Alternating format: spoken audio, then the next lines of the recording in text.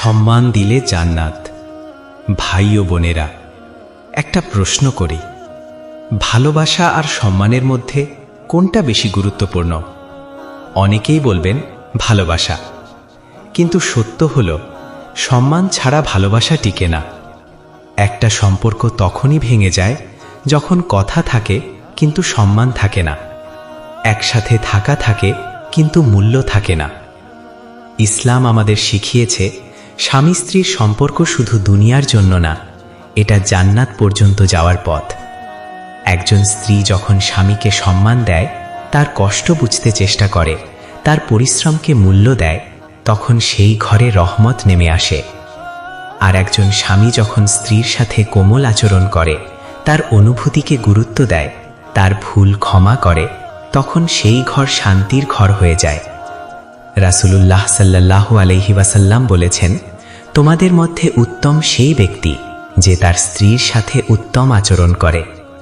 দেখুন, ইসলাম ক্ষমতা শেখায় না, ইসলাম শেখায় দয়া। ভাই, স্ত্রীর সম্মান রক্ষা করা আপনার দায়িত্ব।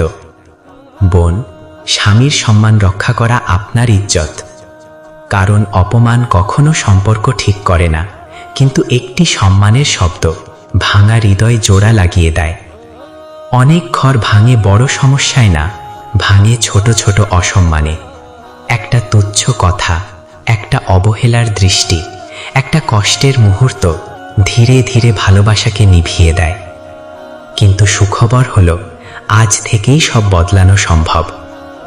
আজ যদি আপনি বলেন, আমি তোমাকে সম্মান করি, তুমি আমার জীবনে গুরুত্বপূর্ণ, তাহলে হয়তো সেই মানুষটা আবার নতুন করে বাঁচতে শুরু করবে। মনে রাখুন, যে ঘরে সম্মান থাকে সে ঘরে ঝগড়া থাকলেও ভালোবাসা মরে না। আর যে ঘরে সম্মান নেই সেখানে নীরবতা সবচেয়ে বড় দূরত্ব হয়ে যায়।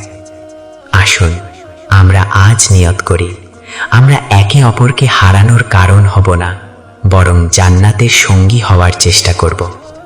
আল্লাহ আমাদের সম্পর্কগুলোকে ভালোবাসা, সম্মান আর রহমতে ভরিয়ে দিন।